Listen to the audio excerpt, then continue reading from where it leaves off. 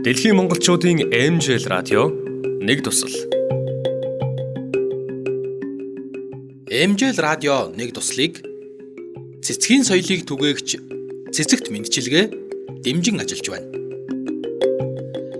Цэцэг бол бид нүдээр харж хамраар үнэрийг нь мэдэрч чаддаг байгалийн бүтээгдэхүүн. Цэцэг нь тоолж баршгүй олон тооны өнгө, үгээр дүрслэн хэлж боломгүй үнэр болон хэлбэр дүрстэй байдаг учраас хүн төрлөختний нүдэнд өвөрмөц, ганган, гоёмсог байдлаар харагддаг.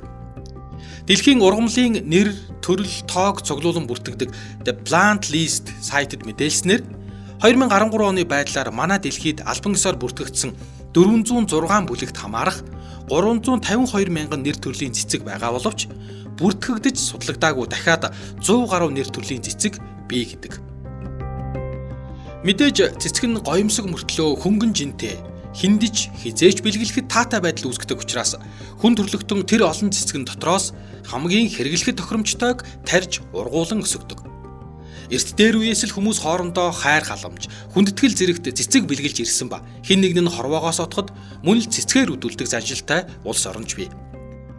Хүн төрлөختөн өөрсдийн ёс заншил, орон нутгийн байгалийн байдал, цаг агаар, бүр түүнчлэн эд хөрөнгө, баялагын хэмжээнээс шалтгаалan цэцгийг өөрсдийн хувилбар шилжүүлэн хэрэглэсээр ирсэн.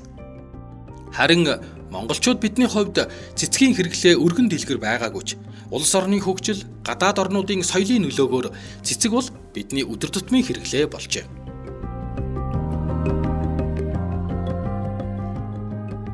MJL радио нэг туслыг цэцгийн соёлыг түгээгч цэцэгт мэдчилгээ дэмжин ажиллалаа.